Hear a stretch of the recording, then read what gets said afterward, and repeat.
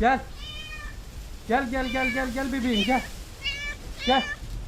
Gel yanıma gel. Gel. Gel tamam. Kaçma gel. Gel.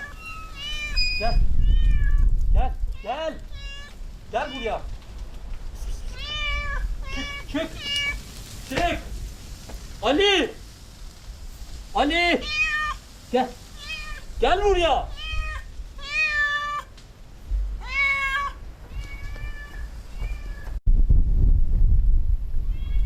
Hadi gel, kedi yanacak. Gel şu kediyi alalım. Gel ver şu makineyi bana ver. Nerede Koş kedi var? kedi orada. Yanıyor, bağırıyor. Hadi. Bırakma. Al şunu. Nerede abi? Abi içeride bak, burada bağırıyor hayvan ya. Gel. Al. Gel.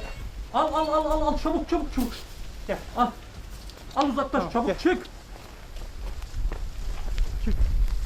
Al. Hadi çık. Kaç. Hadi koş. Optikalan geliyor. Koş.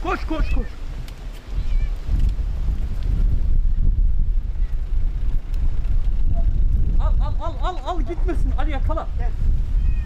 Ali yakala. Ali git yakala. Yakala. Yakala, bırakma onu. Gel abi. Koy arabanın içine. Koy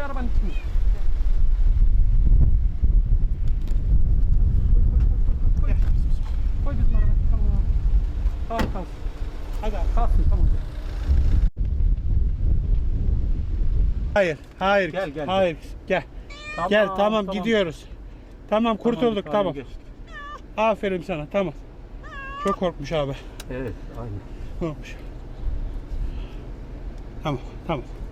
Tamam. Hayır. Gel pis. Aferin sana. Su varsa su versene hayvana. Var mı? Kap. Abi dur.